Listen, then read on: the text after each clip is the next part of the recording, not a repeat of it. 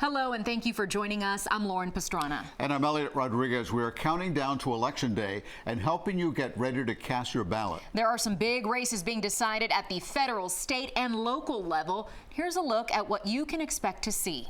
In addition to the presidential race between Vice President Kamala Harris and former President Donald Trump, voters are deciding the Senate seat currently held by Republican Rick Scott. Decisions are also being made on 6 state amendments. We'll detail what each one is and what a yes or no vote means a little later on. There are also local races for sheriff, election supervisor, congressional and state house races, as well as local charter referendums. So if you haven't checked out your sample ballot yet, you're going to want to do so before you head to the polls.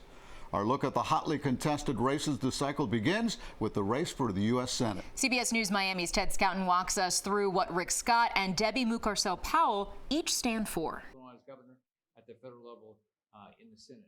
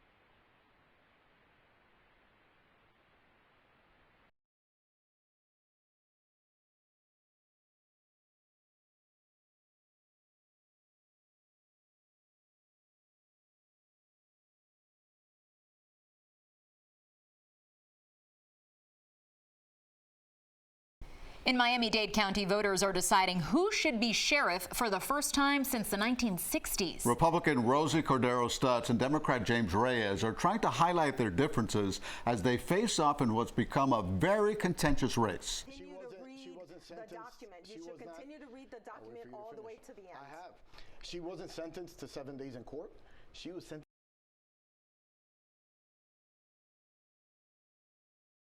Office, even though he is not a police officer.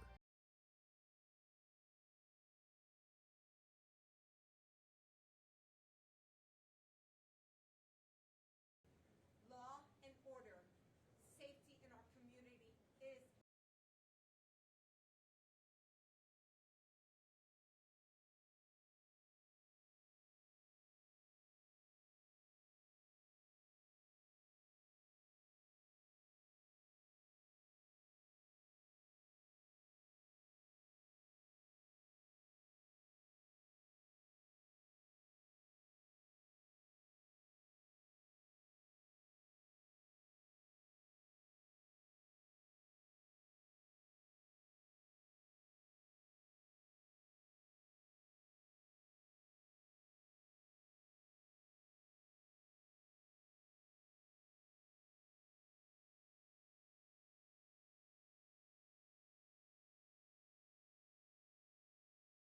And protest that. But I'm confused. So do you believe that if you're a sheriff, you believe that you're all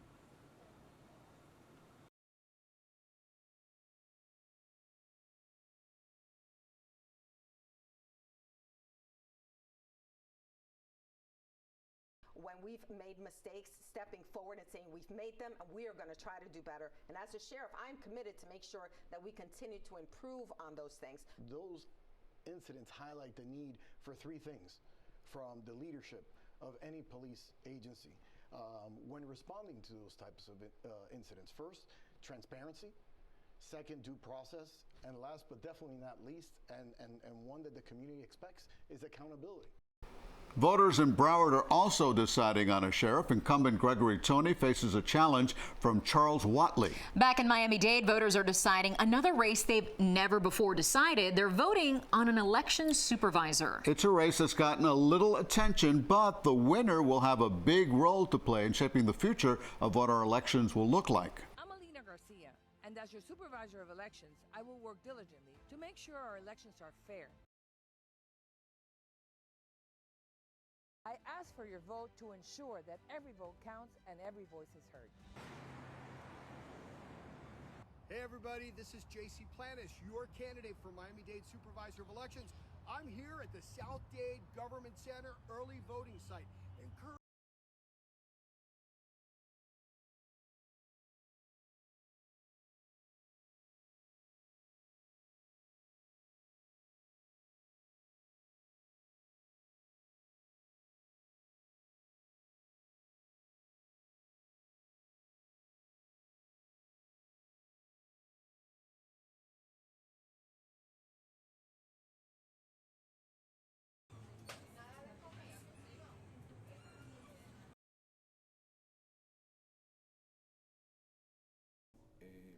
Ayer tarde en el día.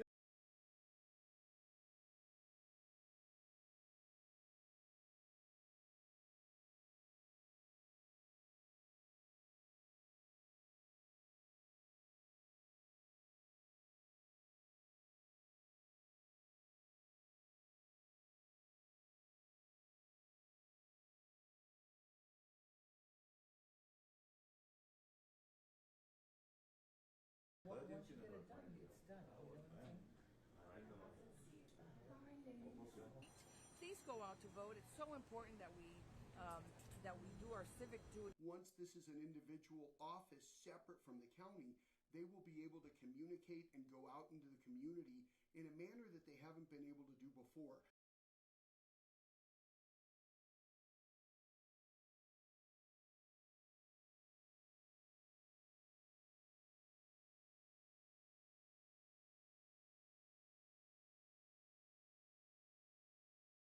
Still to come, we take you through each of Florida's 6 ballot amendments. See what's at stake with each yes or no vote when we return. But first, important information before you head to the polls on Election Day. You must bring a valid Florida ID with you. That ID must have a signature on it. Your license, U.S. passport, military, or student ID are all considered valid forms of ID at your polling place.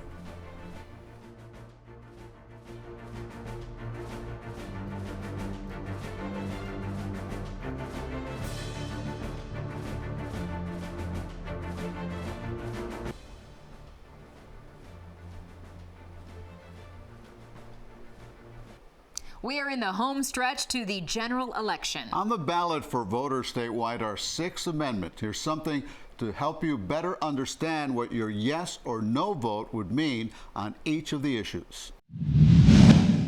Amendment 1 calls for partisan election of members of district school boards. It proposes amending the state constitution to require members of a district school board to be elected in a partisan rather than nonpartisan election. The change would take place after the November 2026 general election. Partisan primary elections may occur before then, with candidates specifying if they are Republican or Democrat.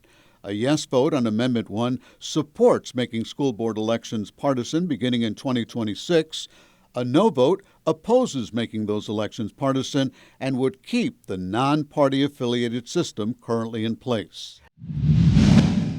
Amendment 2 focuses on the right to fish and hunt.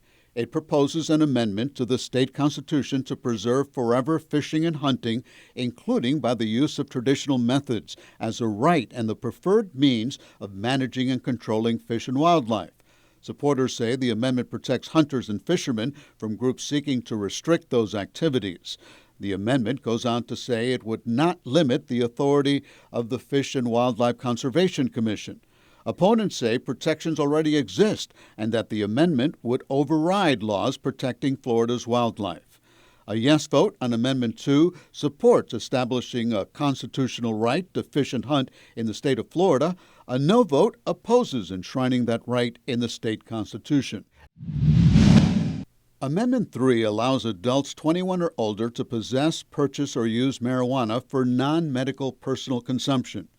Adults would be allowed to possess up to 85 grams of marijuana and up to 5 grams of marijuana concentrate.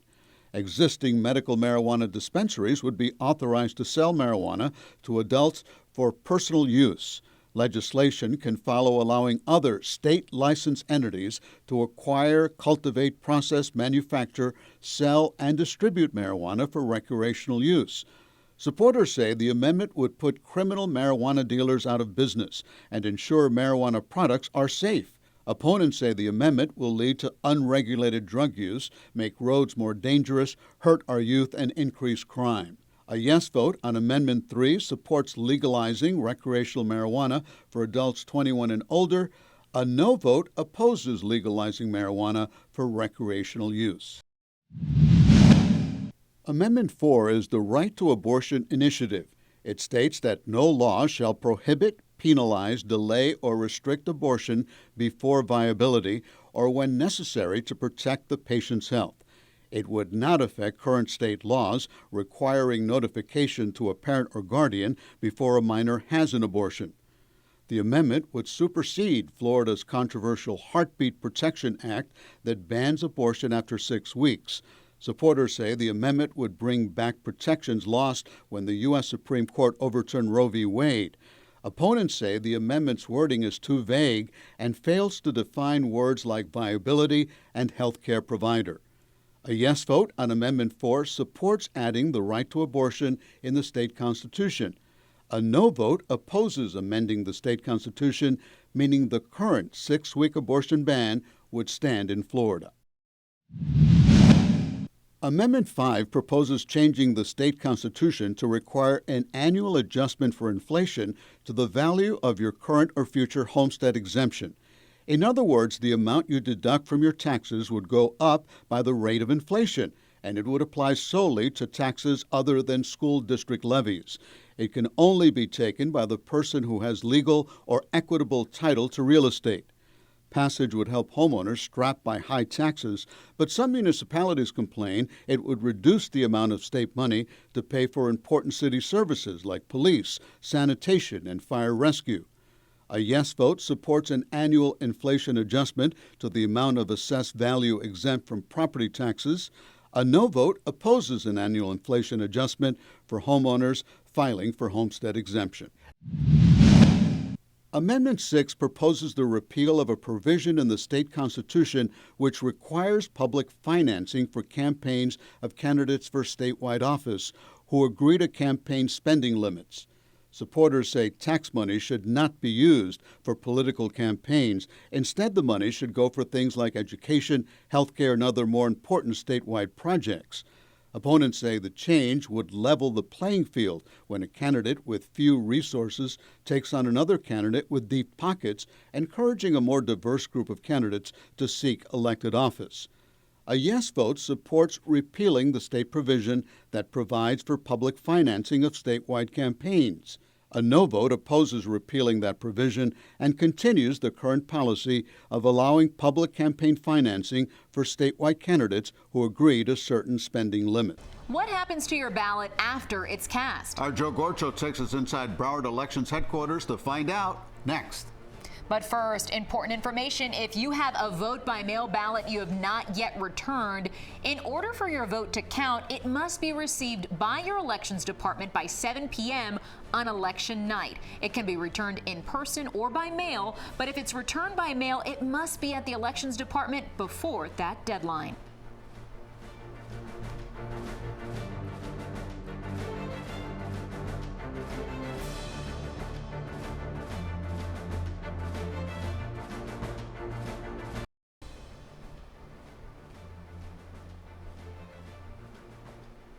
As we saw in previous elections, the counting of votes on election night is again going to be watched very closely, and that's something Broward County welcomes. The elections office there ensures that its process of counting every vote is open and available for everyone to see. CBS News Miami's Joe Gorcho takes us in to see how they do it. It's what drives a lot of passion out there from the voters. Yep, absolutely. Broward County Supervisor of Elections, Joe Scott, understands presidential elections come with additional scrutiny. A lot of people out there that are saying things that to disparage elections and make people lose trust in our election system. So, that's what we are trying to counteract. Scott shows us the entire facility. He says anyone can come and watch the process without interfering. In the first room we see, election workers sort mail-in ballots. So this is the room where they're actually separating the ballots from the envelopes, preparing the ballots to go through the high-speed tabulation system. Down the hallway in the room over, a machine scans the sorted mail-in ballots. It runs periodically throughout the day. And there'll be some people that you can actually see around the corner that are actually sitting at computers. They're verifying the signatures on those envelopes to make sure that they match the signature that we have on file. If it does not match, they text, email, send mail, and call to let that person know. So they have until 5 p.m. on November 7th to submit a cure affidavit so that their vote can be counted. Past the warehouse, where we see over 1,000 voting machines ready to be sent out on Election Day, we look and see how the county organizes and stores all the mail-in ballots and ones from in-person voting. And those ballots go through a second scan in the clear ballot room for an audit. To check to verify that the count that we got from our tabulation system is accurate. It's been proven throughout various elections that every vote counts. And the highly visible process in Broward puts voters like Mercedes Kenny at ease. Does that give you more confidence that you trust in what's happening? A lot more this time, yeah, because you have to put everything in a machine. You can see that everybody's watching what you're doing, and that's a good sign. On Election Day, there will be over 350 voting sites across Broward County, and we will have a crew here monitoring the count on election night. Reporting in Fort Lauderdale, Joe Gorcho, CBS News Miami. It's an exciting time for first-time voters. We go to the polls with one of them as she casts her early vote. That's next. First, a reminder for Election Day, all polling locations in South Florida open up at 7 a.m. You'll be allowed to vote as long as you're in line by 7 p.m.